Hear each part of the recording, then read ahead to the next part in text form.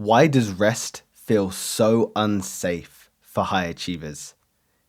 If you find it impossible to sit still without feeling guilty, or if your greatest successes leave you feeling empty, you aren't just driven, you might be running from something your body is too afraid to face. Today on our episode, we're pulling back the curtain on the high achiever's biggest secret. We're exploring why rest feels physically unsafe for many of us and how trauma often disguises itself as relentless work ethic. We're going beyond the hustle to ask, is your ambition a gift or is it just a shield? It's time to stop running and start understanding the nervous system is behind the success. When the world stops and the room goes silent, do you feel a sense of peace or do you feel a desperate need to find something, anything, to fix or achieve? That is my first question to you, Will. I have to do something. I can't sit down when everything's quiet and just do nothing.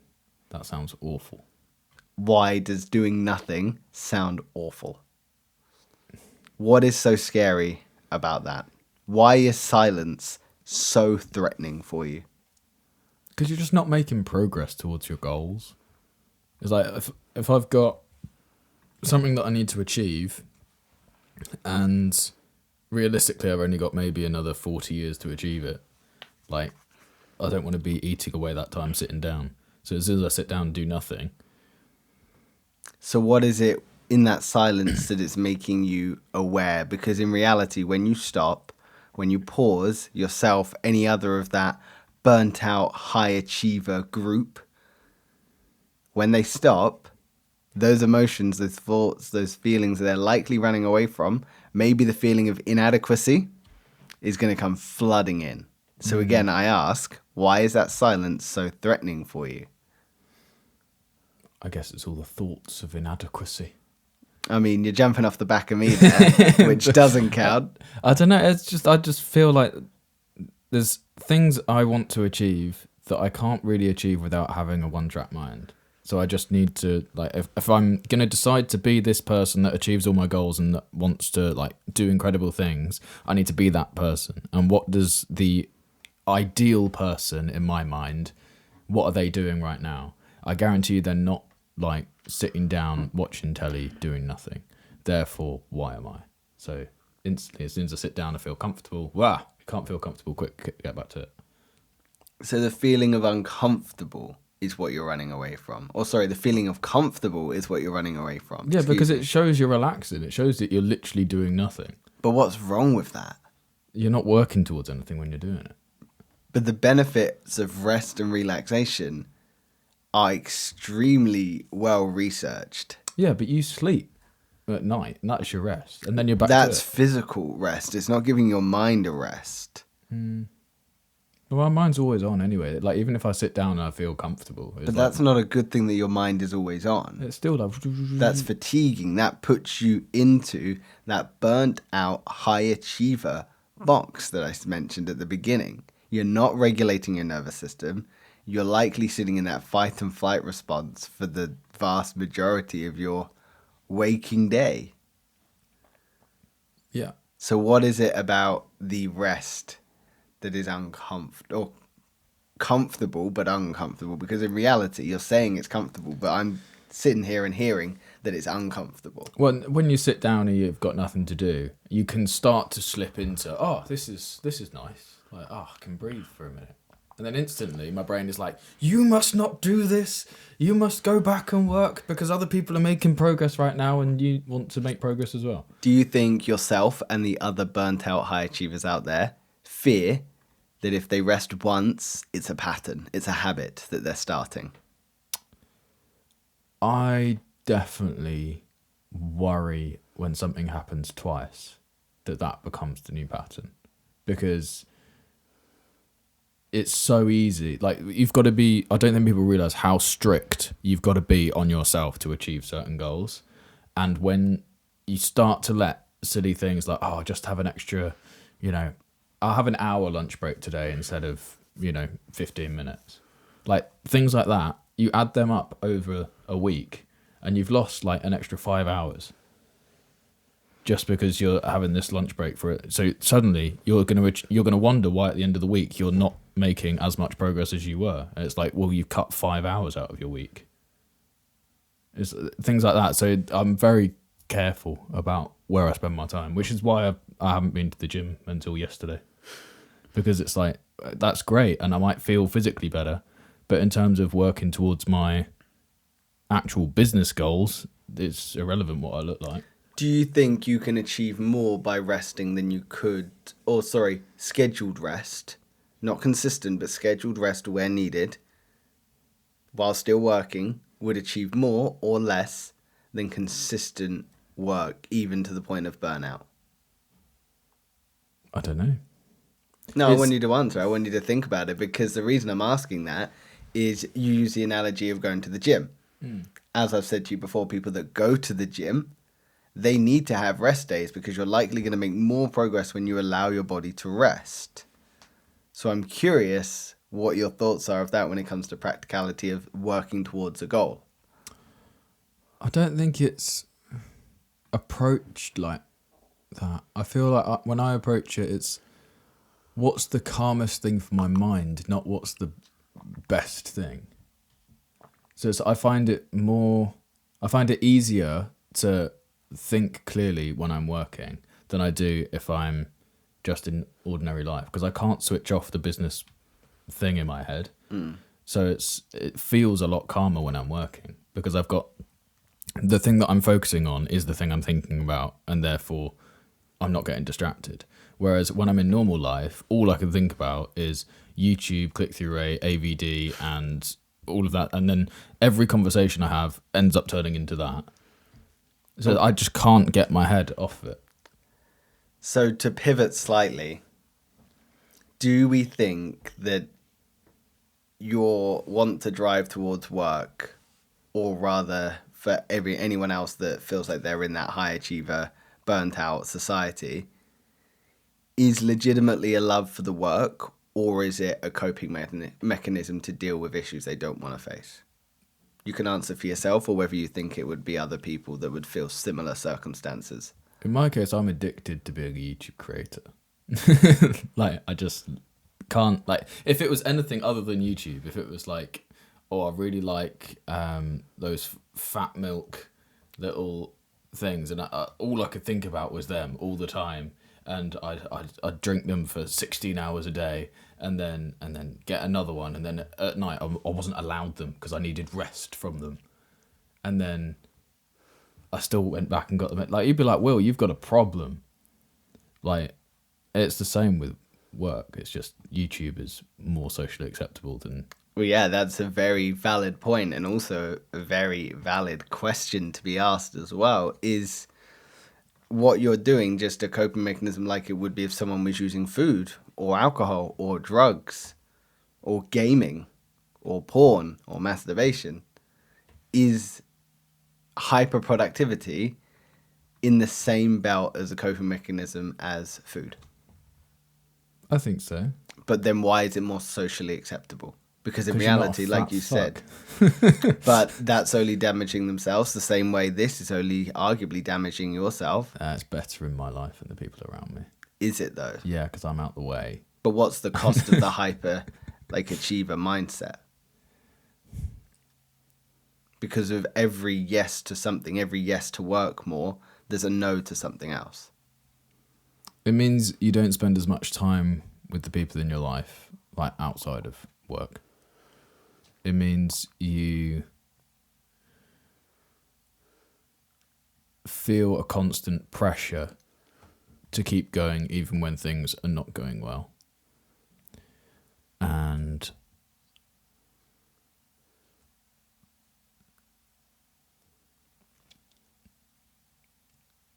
yeah. So I know that I've gone maybe straight onto you, and I've not necessarily attacked you, but I've come at you because I know this is something you struggle with. So I'm going to zoom out, and we're going to talk about maybe the high achiever society, the nervous system regulation team that need to have this discussion. But would you agree that for most people, on average, rest is a reward? But before we get into that, we need to tell you about Huel. Huel is a food supplement, meal replacement type, nutritionally complete beverage. And my favourite flavour is berry. Yours is like chocolate and cookies and cream black edition. Is that correct? It is, yeah. You're listening. Look at me remembering stuff. There's a link down in the description. We get you loads of money off if you just click that and buy a Huel there. And it means you don't have to eat meal. You just drink a drink. That's the benefit, isn't it? Go Huel. Yeah. Yeah. Or it's a relief. Yeah. So for high achievers, rest is a threat. Really. Yeah.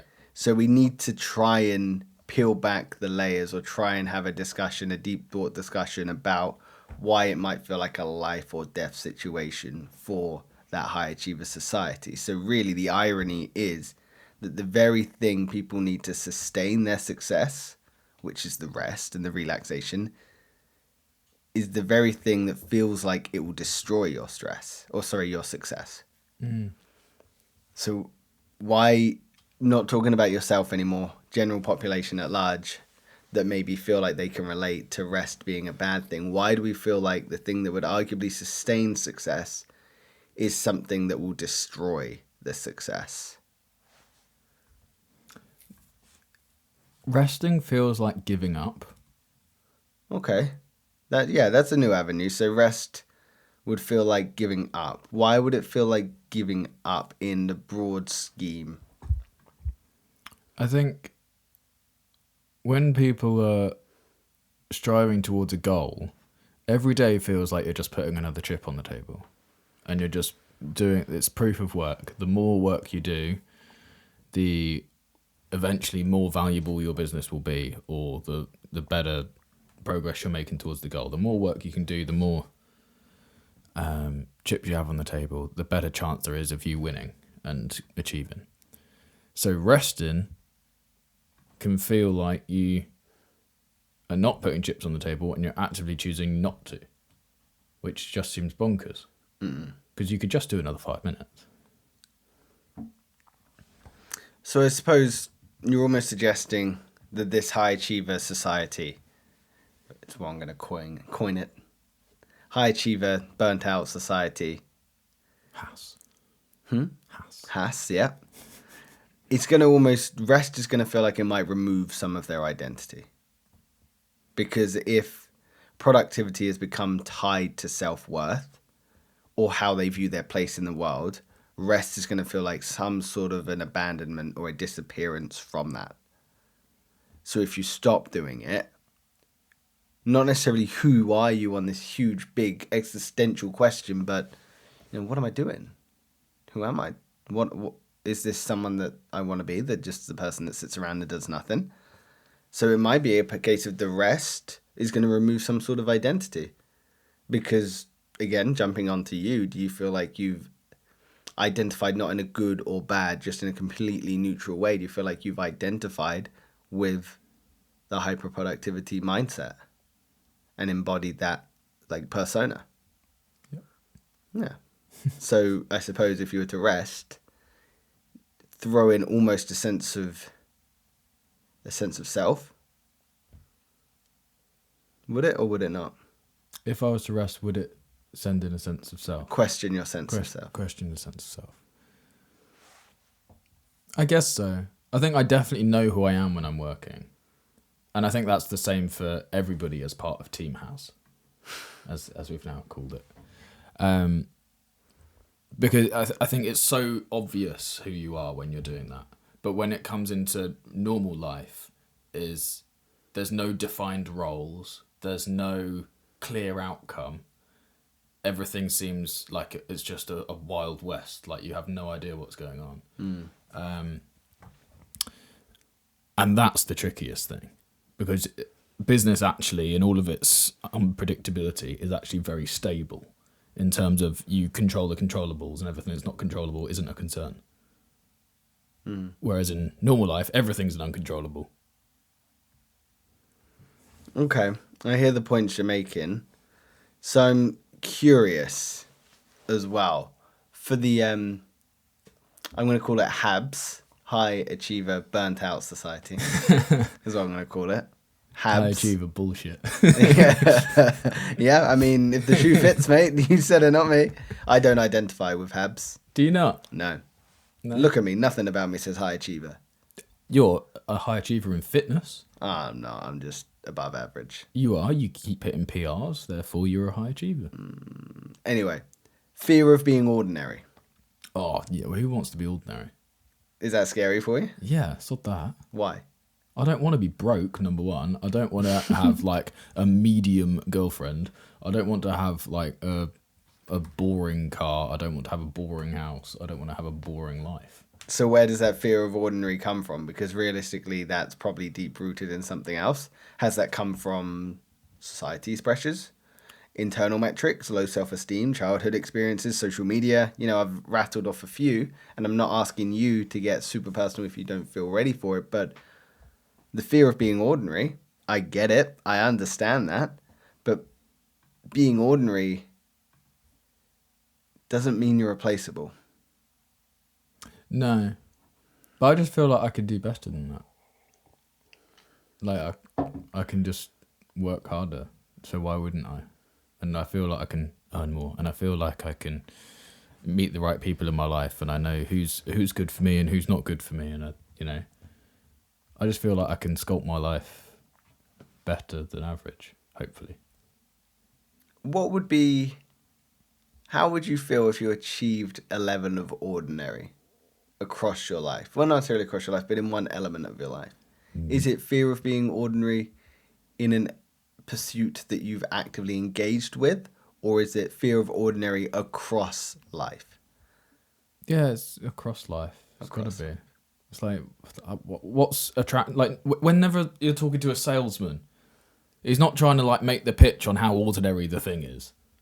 He's like, oh, here is, it's ordinary, and this time, this week only, it's mundane. That was good, you got that, yeah. This week only, boring and mundane. Yeah. Like, nobody's selling anything like that. I don't want that life. Okay. And if I find myself in that situation, I'll still just be working to pull myself out of it. There's no like giving up that ever happens. So it doesn't mean it can't come along and it can't actually be my reality. But in my head, I'm not living there. I'm working to get myself out of here. Because actually, realistically, I'm living way behind. I feel like I'm living under the ordinary. Like, I feel like there's the hunger that I have to succeed. And I'm sure this is the same with a lot of high achievers. It's like you create as big of a gap as possible between what you want and where you are, because the more desperation you have, the more motivated you are, and therefore you get it twice as hard. Okay. Do you not fear that could then make someone narcissistic? Yes. Does that not? Oh, sorry. It doesn't. I'm not fearful of it. I just know it's a thing. You think it's okay? I agree with that. Do you think narcissism is bad? I know that's a very general question, and I apologize for its simplicity. Can you give me the actual definition of narcissism before I pass comment on that? Okay, so I know roughly what it means, but I don't. So narcissism, having or showing excessive interest or admiration of oneself and of one's physical appearance. So it's not necessarily limited to physical appearance. Narcissism has grown significantly in interest in the last 50 years, which is quite funny. But yeah, narcissism, I'm just loading up another definition.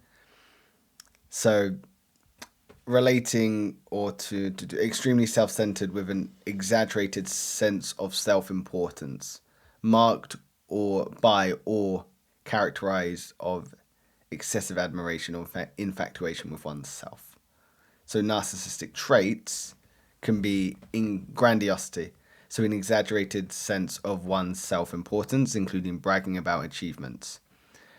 Fantasies of greatness, persistent preoccupation with unlimited success, power, brilliance, beauty, or ideal love. Belief in uniqueness, feeling special and believing that only one can be understood by or should associate with other high-status people or institutions. Excessive need for admiration, sense of entitlement, exploitive behavior, lack of empathy, frequent envy, arrogance. I have some of those. do you think that the fear of ordinary plays into narcissism, and it should be something that HABS, the high achiever burnt out society, should be cautious of? I mean, it doesn't impact your life. What, who's mine or the person's? The person who is displaying some traits of narcissism. It's the other people in your life that have to live with it. But acting, like, I've always thought externally shouting about your achievements is sort of a wasted game. Like, why are you trying to impress other people for a start? Like, you should be fundamentally happy enough with yourself to where you don't need that external validation. But if there are some narcissistic traits that can help you push further towards your goals, like having a one-track mind, like prioritizing yourself, feeling slightly entitled to it,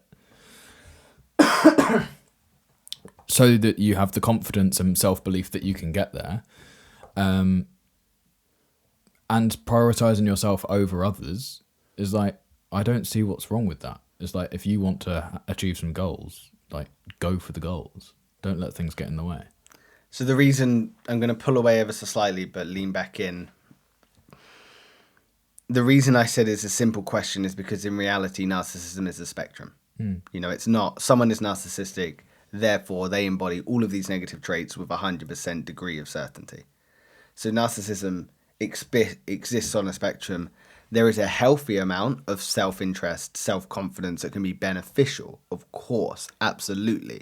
I'm not discouraging anyone from having a healthy sense of self-interest or a healthy sense of self-confidence. It's when that self-confidence moves to arrogance. So you can only feel better at the expense of someone else. Yeah, that's a wasted game. Exactly. So the extreme form is known as narcissism, or narcissistic personality disorder, so NPD. Generally considered to be problematic and destructive for both the individual and the person around them. But again, I want to expand healthy narcissism, positive self-image, self-confidence, and the ability to set boundaries and pursue goals. These traits can be motivating and help a person function within society without harming others. Whereas pathological narcissism is a mental health condition characterized by persuasive patterns of grandiosity and excessive need for admiration, a sense of entitlement, and a lack of empathy for others. So it can be extremely damaging because of that lack of empathy for others. So I would be cautious for those that feel like they are in this high achiever burnt out society that I've decided to latch onto this episode, of the caution between self-confidence, pursuing of a goal, but then narcissism on the other side. And I know it's a reach, I know it's a stretch, but in reality, you're flirting with the line. If you want to be a high achiever, you're going to have to flirt with the line of narcissism. You just are. Yeah. Because there's certain things that you just can't do if you have any other focus other than yourself. So there's a road with a little fork in it, and I want to take the left road and then I want to circle back to the right because I think it's important to look at both sides. I think you'll be able to very clearly talk about the right side, and I think I'll be a little bit clearer on the left, which is always the case with us. We're going to talk about high achievement as emotional regulation, or rather stillness as inviting unfinished emotions. So I'm going to lean left as stillness inviting unfinished emotions, and I would imagine you're going to lean left into high achievement as emotional regulation. Would you agree? Yeah, I think so. Perfect. So let's lean left first of all. So rest being a mirror. When you stop moving, the emotions you've been outrunning will finally catch up. So high achievers often use busyness as a form of emotional anesthesia. Yep. So I can relate to that because, as you know, I can make myself extremely busy at times, and that's because I'm neglecting my thoughts and feelings that I've been burying or pushing down. And when I rest is when it all comes flooding to the surface and I realize I want to quit my job and go traveling. Yeah. Yeah. So that rest, the stillness can often remove the distraction that we're feeling. And the distraction often protects people from emotions they've never had the space to process. So my invitation for people when it comes to stillness, and if it's uncomfortable, is what is your constant movement taking you away from looking at? Now, what are you scared of? What are you running from? Can you invite more stillness into your life to make space for these unintegrated emotions? Have you been running away and not regulating your nervous system? Can you sit and do some deep breathing for the next 10 minutes? Can you find 10 minutes a day? You know, Jay Shetty famously said, if someone can't find the time to meditate for 10 minutes a day, they probably need 20 minutes a day. So do you think that people that are high achievers could be using it as a coping mechanism? Yeah, for sure. But they might not know that's why they're doing it. How would we help someone understand that it might be what they're using it for? I think this is part of the problem. I don't know if you can. Like, all you can ever do is encourage, like, self-reflection, some, like, time to yourself. And that's where it will probably come to the surface if you're not doing anything. But I suppose it compounds, doesn't it? If you are using extreme busyness as a coping mechanism to keep yourself away from these emotions you don't want to process, it's going to compound. So if you finally allow yourself a rest after a week, it might be minimal. But then if it's a month, a year, it's all going to come flooding back. And then it might throw into question sense of self, identity, because if you've attached yourself to these emotions that you've just pushed to the side and then they come flooding up, you're going to be like, oh shit, what the fuck is this? So I would very much encourage people to look inwards when they do stop. Remove distractions and just allow yourself to sit and be with your emotions. Be in your body, breathe, meditate, and see how you feel. Don't judge the emotions that come up. Don't judge the feelings that come up. And just look at them with kinder eyes. You know, if this was someone you loved and cared for telling you how they felt when they were sitting still, how would you judge them? Probably a little bit nicer than you judge yourself. I think it's also okay if no emotions come up. Because that happens to me.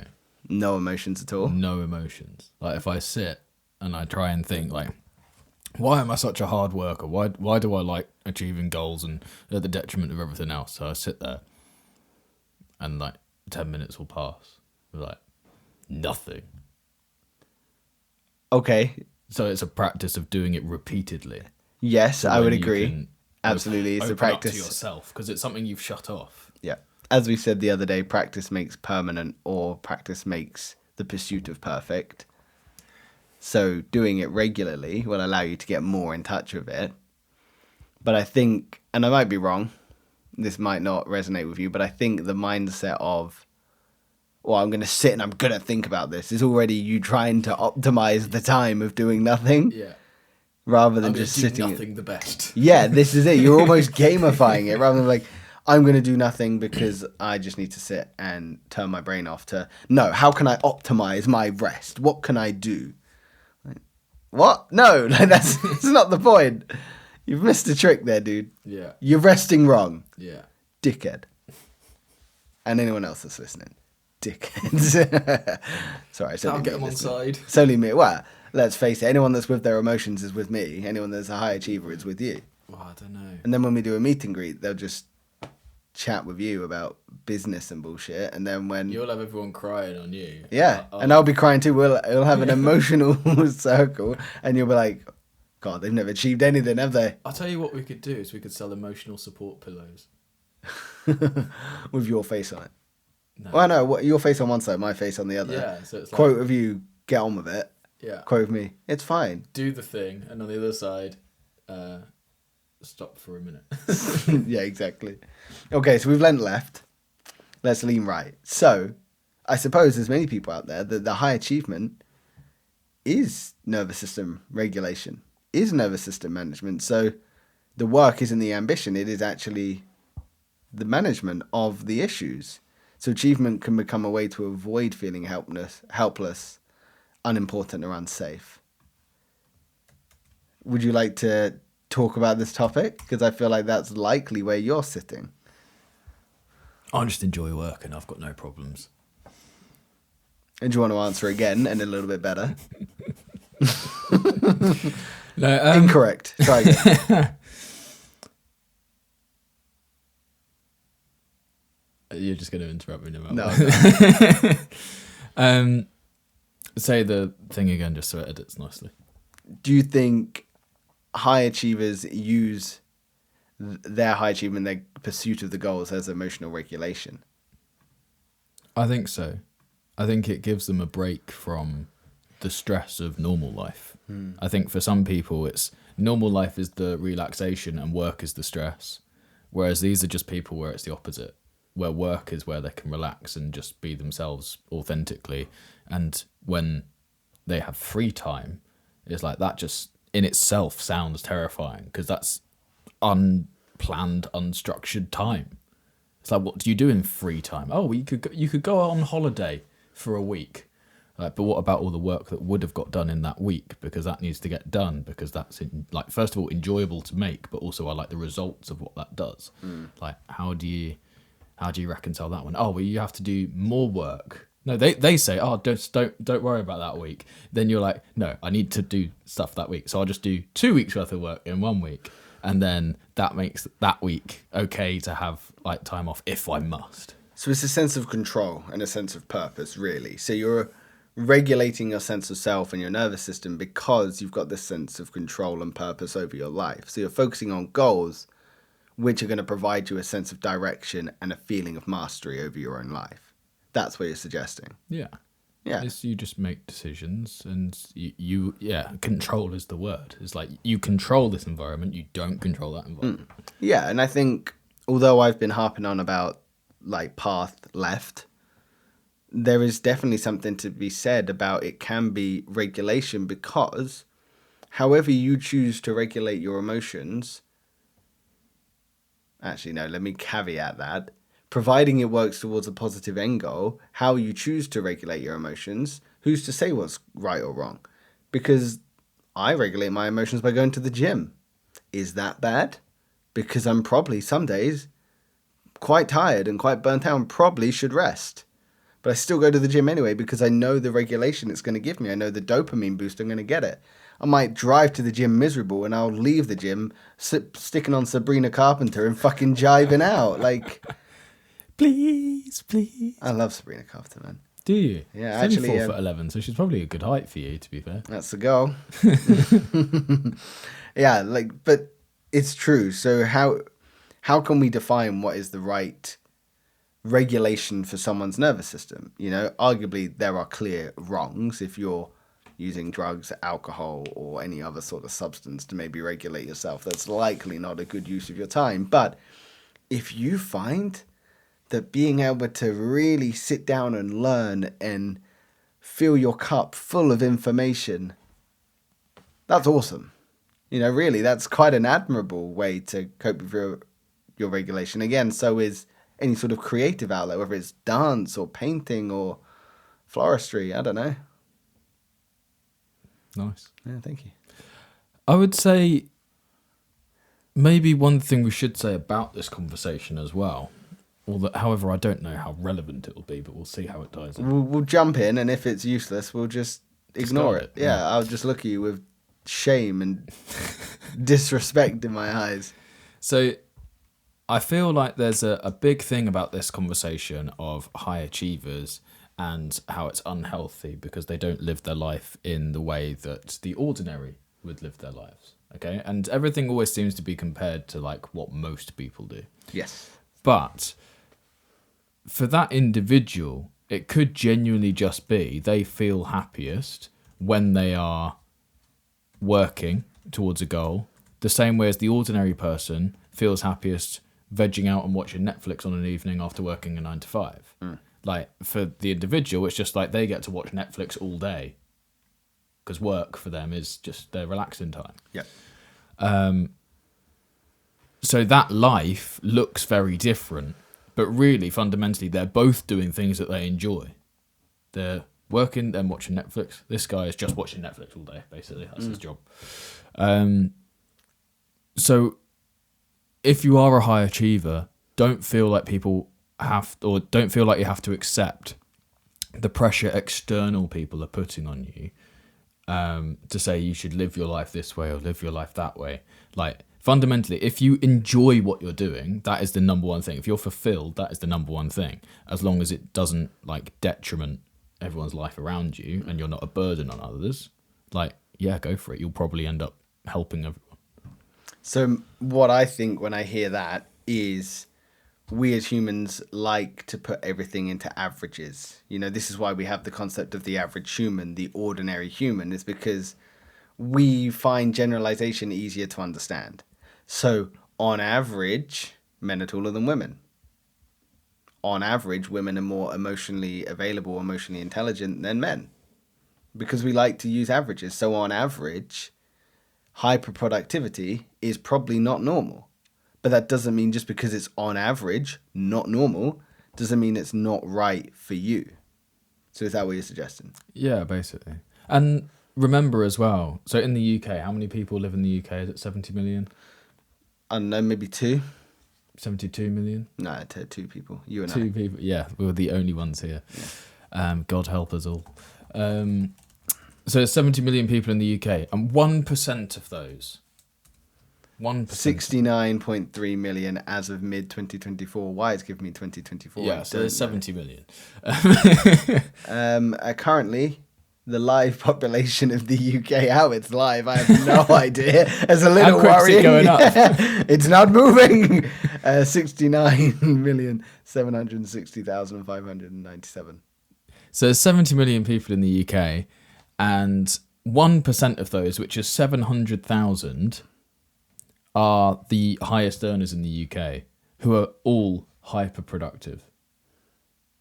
Like, although it's only 1%, there's still 700,000 just in the UK. And if we're realistic, we could say about 500,000 of those live in London. So if you want to find similar people, go to London, you know? Maybe that's where you need to go. Nah, I don't need them. I think you need to find a tribe, maybe. I don't need a tribe.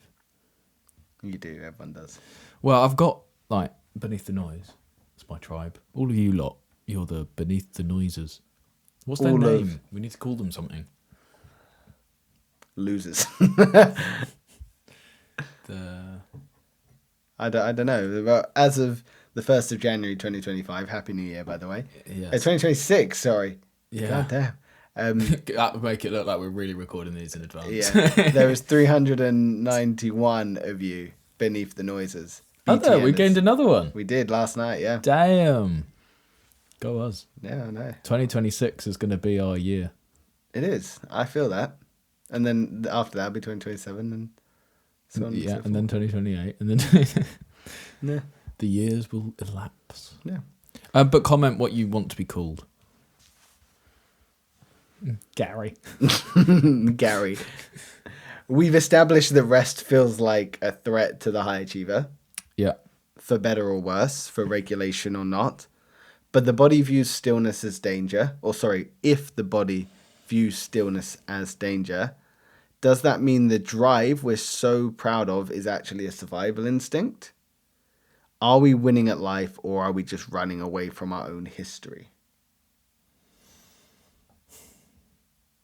Feels like survival instinct.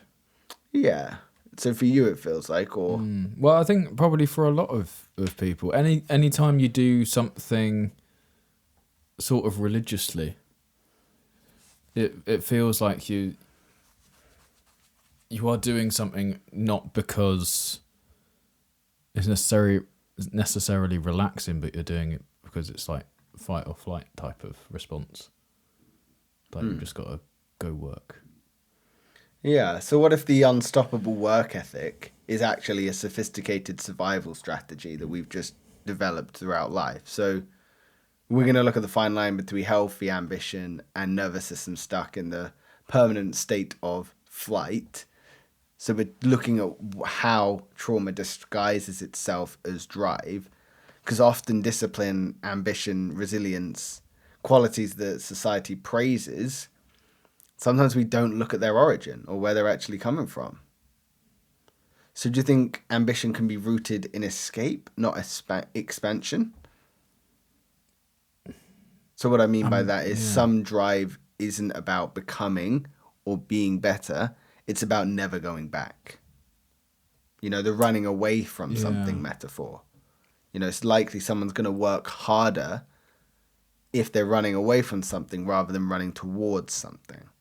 You've said it before, and I've struggled to accept it, and I think maybe you might be right, and maybe that's why I've struggled to accept it, that likely people that have achieved on a high level of success in their chosen field maybe have some significant trauma that they're running away from. Yeah. You've always referred it back to business of like Elon Musk, for instance.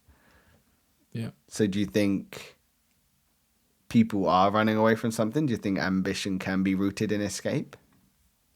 I think so.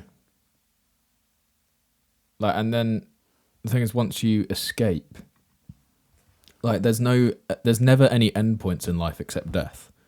So it's that might be your goal, but it might not be your goal forever, because your ambition can be rooted in escape. Is that the phrase? But once you get out of the situation or the mindset or whatever it was that we're hypothetically running away from, you might be like, okay, well, I've escaped now. So now what? Now I'll probably pick up some new goals and whatever. But you have to go through that phase of ambition as the thing to escape.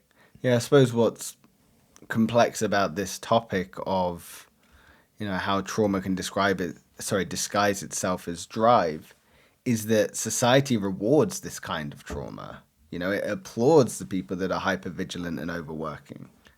It's almost celebrated in some regards, for better or worse, for the expense of the person and the friendships and relationships they might put to the side. It is almost praised and applauded. Except for the high achiever doesn't feel that praise. Why not? Because you just don't. That doesn't mean anything. It's the goal is to keep going. If you're a high achiever, you're on the treadmill, and as soon as you accept praise, you've taken a step off the treadmill. You just keep going. So people can say good job, but if you know that you're destined for even better, bigger and better things, then it doesn't mean anything. You just keep going.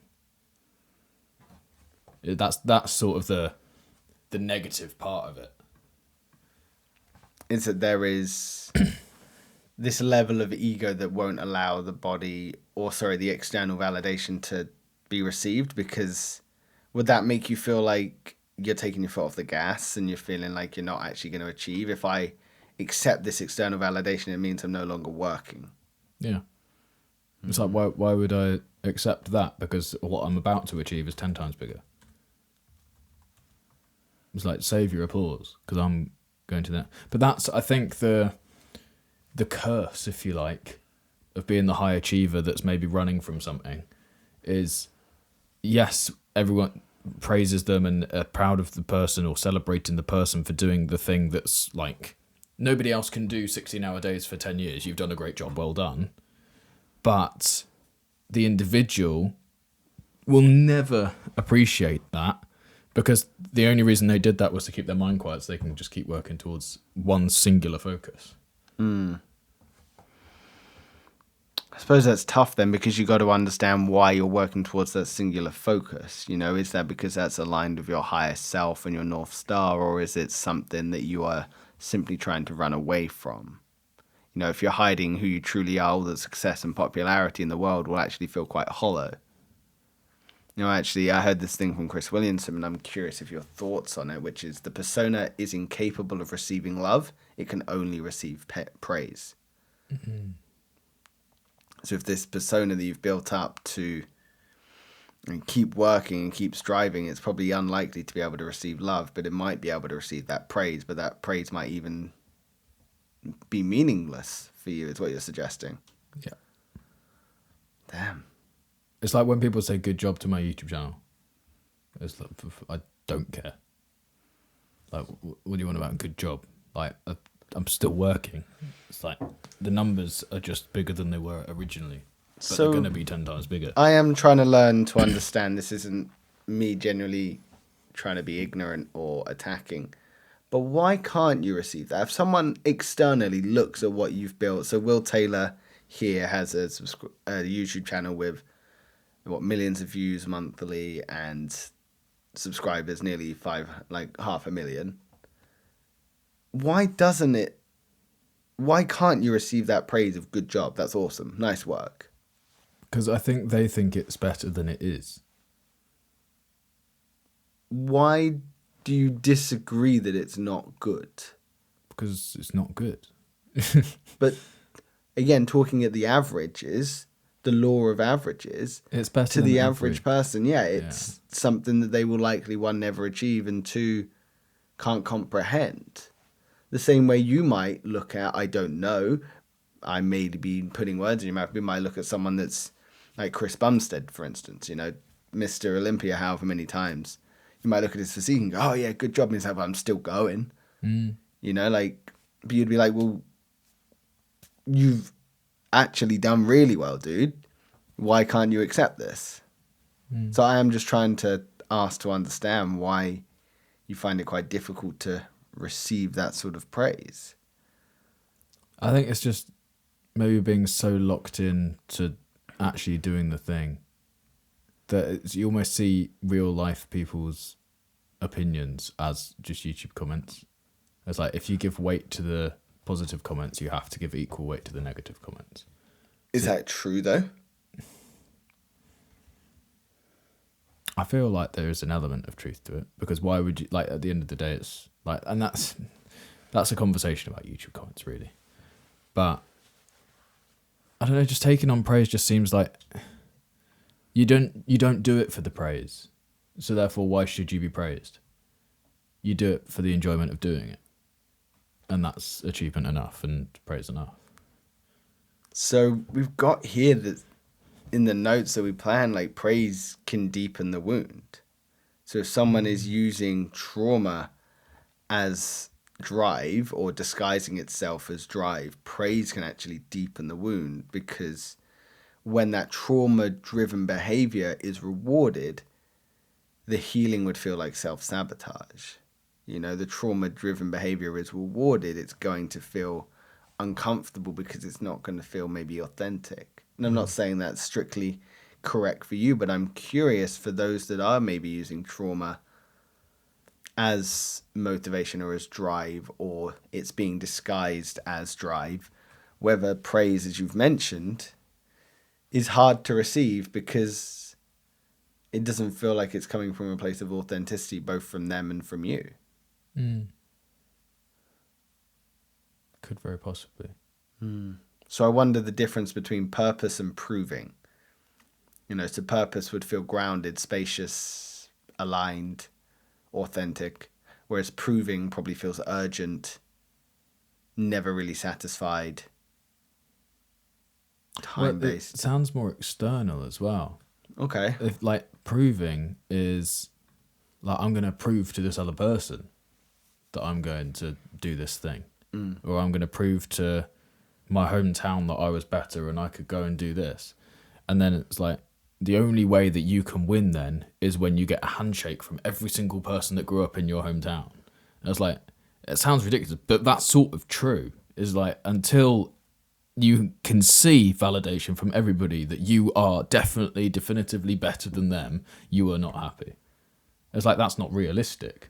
Yeah, one, that's not realistic. Two, that's likely not going to happen. Three, that would also feel hollow because the external validation is never going to fix the internal pain. No, the issue there is like, you don't feel like you're enough anyway. Yeah, so you'd have to look into that reason of why you don't feel enough. It's okay to use, be it positive or negative, some trauma as motivation, but you need to address the issue of what this trauma is, because like you say, when you receive some sort of credit, reward, praise, you're going to be unlikely to have the depth to be able to accept it.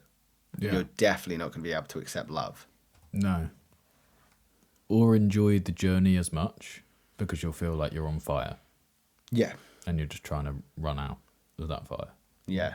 That's a good analogy, yeah. If you're going to feel like you are on fire, and you've just got to keep running to lessen the flames. Yeah, that's nice. So, excuse me. If someone's drive was born out of a need to be safe, or to prove someone wrong, or to escape like a powerless childhood. Do you think that drive can ever lead to peace? Or do you think they're just building a kingdom to hide in? I like the imagery of building a kingdom to hide in. I think that's probably pretty spot on. So if someone is using the drive out of a need to be safe or prove to someone, as we've mentioned, or escape a moment in their life where they felt powerless or someone's taking their power away from them, they're almost building a kingdom to hide in, because then they don't have to face it. They can put the drawbridges up and lock the doors, and they can block it out. Yeah. I've actually listened to an interesting podcast with Dr. K, and he was saying about how people need to, there's almost a part of meaning making that needs to, and I might butcher it, so I'm not going to say it for verbatim, but they almost need to accept some level of their trauma, accept it as something that has actually happened to them, and it's almost, for lack of a better word, it's something that had to happen on their journey, and that almost level of acceptance can allow them to grow from it. Whereas if you're always stuck in victim mentalities, it can lead to a very unsettled relationship with it. Yeah.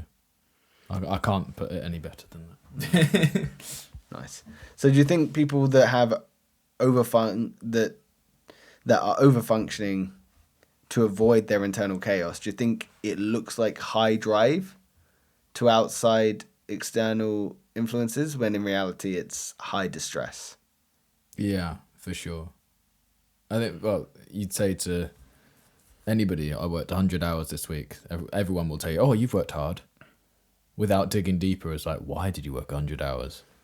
Because if they really got to the true answer, it was like, oh, well, I'm dealing with the fact that my mum shot herself in front of me when it was... Blah, blah, blah. Like, you're not going to do that in a conversation. Like, you're not going to do that. Even people who do know, they're going to say, oh, no, he's worked 100 hours this week. And like, they're like, oh, wow, like, what? He works so hard. Why? Like, oh, he just loves his job. So suppose, ignoring the external, you'd have to look internal and ask, is my drive coming from love or from fear? And then furthermore, who would I be if I no longer had to prove my worth? Because maybe that's where it's coming from, is they feel like they have to prove something. They have to show people they are worthy of love or receiving love. So who would I be if I no longer had to prove that I was worthy of these things? Yeah. And then I suppose the ultimate question, which would be uncomfortable for people that sit in this camp, which is, what am I afraid would happen if I stopped working?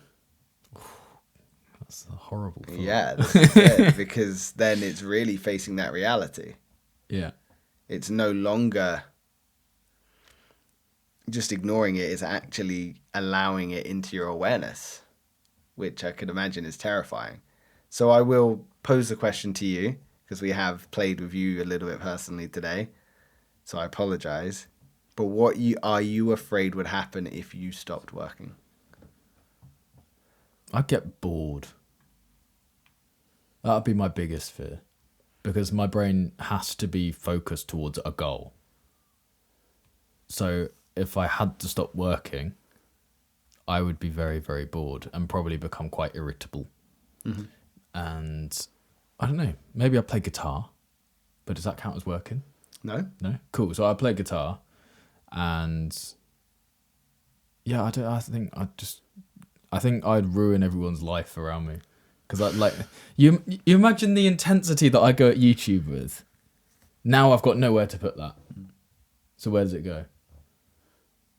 Like, you can only play guitar so hard, you know? Yeah. Break all the strings. Yeah. And then what? You know? I probably... Oh, no, I'm not allowed to work at all. I'm not allowed to start up a new pursuit. No, so your mind instantly went to more work. Yeah, I'd go and become a lumberjack. A lumberjack? I'd love to be a lumberjack. If I lived in an appropriate country, I would become... What country would be appropriate? Canada. Canada. You could move to Canada? I could move to Canada. My other half might not like it, though. Just It's cold. Give her a sleeping pill for 48 hours. When she wakes up, surprise! Yeah. We're in Alberta. Yeah. So I suppose we need to try and reframe what strength can look like on average. So true strength isn't the ability to work 100 hours a week. It's the internal capacity to be alone with your thoughts without needing a distraction. Yeah. But again, that may not be relevant for everyone. And I understand that it can come at the expense of ambition for them and legitimate, honest, hard work. But not all ambition is aspiration. Some of it might be unresolved survival energy. Yeah. And that's something people are going to have to grapple.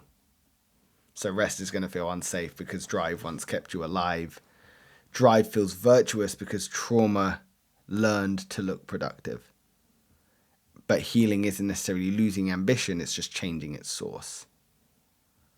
So what if slowing down isn't giving up, but finally giving your nervous system to stand down? I have thought about going down to like 6 hours a day, just working. And then the other, 18 hours? Just like doing whatever I want to do. And just seeing how that would work for a week. But there's not really a good YouTube title in that. I did less, so I can do more. Yeah. You're welcome. I get 50% royalties. That is quite good. Yeah, so you can have a couple of pennies if you want. Cha-ching. Pennies. Yeah, so if our drive is a disguise for unresolved pain, what happens to our character and our relationships when that success mask finally cracks? Can you ever truly be known if people only see your achievement and never see your stillness? Can you ever truly be known if people only see your achievements and never see your stillness? So I suppose there's two questions there for you, which is what happens to our character and our relationships when that success mask finally cracks? Yeah, I mean, it's like sort of removing the veil. Yeah, I suppose it depends on your level of vulnerability and whether that person's willing or wanting to meet you in that level of vulnerability. Yeah, so what I'm realising through all these conversations is that you need to have others in your life that are at the same emotional level, because then you can talk at the same level and understand each other. It's a bit like if you have like a top football player isn't the best person to coach pee-wee football. If that makes sense. Okay. So if you've got somebody who's really emotionally intelligent and they're trying to be friends as an equal with somebody who has never done any work on themselves, then there's going to be a massive mismatch. I think talking to somebody that's near equal is really important to just be able to share and actually feel safe to open up, because they're not going to be able to come back at you with anything that you maybe can't understand. Yeah. I suppose there's an element of what you're saying which is truthful, but I also somewhat disagree, because if, say, you're in a middle level of emotional intelligence and you've got a friend that's high level, but then you've got a friend that's really low level, you can help support someone that's really low level and meet them where they're at, but you can also expand your horizon by hanging out with someone that's maybe more emotionally intelligent. Yeah. I suppose you always want to be with somebody maybe a level or two above, but not mental, because it'll make you feel like you feel that gap, you know? Yeah, it could do, I suppose. I suppose this also depends on your willingness to learn. You know, this is why I love this podcast, is because I hope that we'll start getting guests on where it's like, I'm going to be the dumbest person in the room, but I get to have conversations with people that have heaps of information I can just learn from. Not if I'm dumber. You'll be the second dumbest person in the room. I don't think that's possible, mate. So, Alex Hormozy, have you thought about holidaying? Yeah, I'll ask him. Honest to God, I'll sit down and be like, so Hormozy, when did you last go on holiday and how did it feel? He'll be like, dumb question, get out. Sorry. Yeah, interesting. So Questions like that do not compute in my brain. is that you or Mosey? That's amazing. So I suppose takeaways, you got like safety first. So rest can feel unsafe because your body associates stillness with vulnerability. Healing requires teaching the nervous system that it's okay to stop. I suppose by doing that, you have to take meaningful, purposeful moments in the day where you feel ready and present to sit with that vulnerability or that stillness. Because again, you might sit and you might not ever feel that vulnerability level. You might not ever feel like you have reached where you want to be. But through practice and repetition and patience with yourself, you'll likely be able to then start touching into that healing level and start taking away what you need to. Ambition built on trauma is a diminishing return engine. You have to achieve more and more just to feel the same level of safety. Yeah. Do you feel attacked by that one? Yeah, relate. Yeah. Heavily. Yeah. So for those in that high achiever burnout society, Habs, sorry. I don't know why I put an M in there. Habs. Ambition built on trauma is a diminishing return engine. You have to achieve more and more just to feel the same level of safety. Yeah. It's like building up a tolerance. Yeah, that's exactly what it is. You are building up a tolerance and you have to keep to that level of output to achieve the same level of safety. And then last one, character over kudos. Yeah. Purpose is what you do for the world. Character is who you are when you have nothing left to give. So focusing on character, on who you are when you have nothing left to give. That's where the men are found. And women. And women, but, you know. That's where the hard work is. Yeah. That's where you've got, like, the emotional grit to, like, just to know that anything can happen and you can just keep pushing. Like, that's true toughness. Yeah. So I suppose the vision is authentic ambition. I know we've touched on a lot this. This has been a very full-on episode because it's been why rest feels unsafe for high achievers, how trauma disguises itself as drive. So it's been really targeted for a certain type of person. But you want to aim, maybe from an uneducated standpoint from me, you want to aim towards that authentic ambition. So you still work hard to build a great life, but the quality of your soul while you're doing it is different. You are no longer a slave to the success. What would be your takeaways from this episode, Will? If you have any. You might turn around and say, I've been right this whole time. I don't need to do anything. I think it's not judging yourself while working harder than others. Because, like yesterday, I worked from, 7 until midnight, 1, I don't know. Gross. It was fun. 7 a.m. as well, to clarify. Yeah, 7 a.m. until.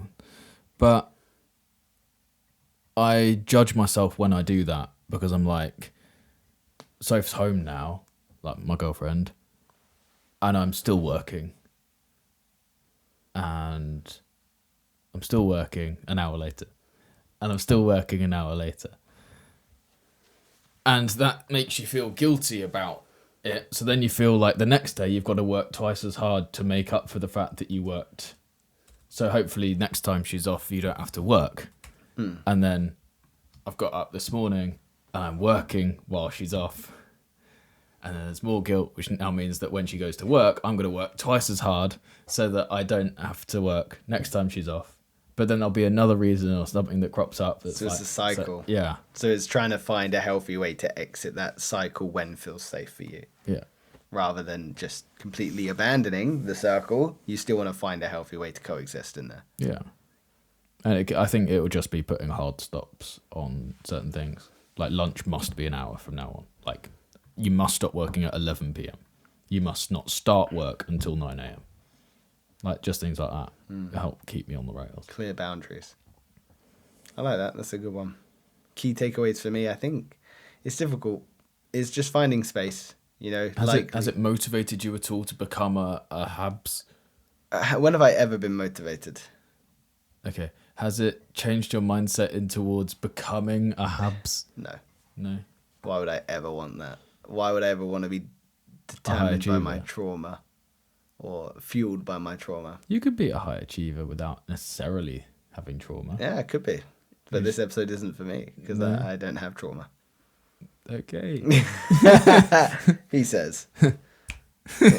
Yeah, for me, I think it's just been creating space, man. Like, just allowing time and space for you to feel your emotions and feel safe with that. And yeah, that's okay. I got my word down, man. What's yours? Habs. That's not a word, but no, that's not what I had. Ham. No, that's also not what I had. What did you have? Evolution. That was a weak handshake. Can you give me a dead fish? That's better. I didn't give you a dead fish. Well, one of us gave a dead fish. Yeah, your hand was floppy. You had a floppy. Check out that video there. It's been specifically designed for you by the YouTube algorithm.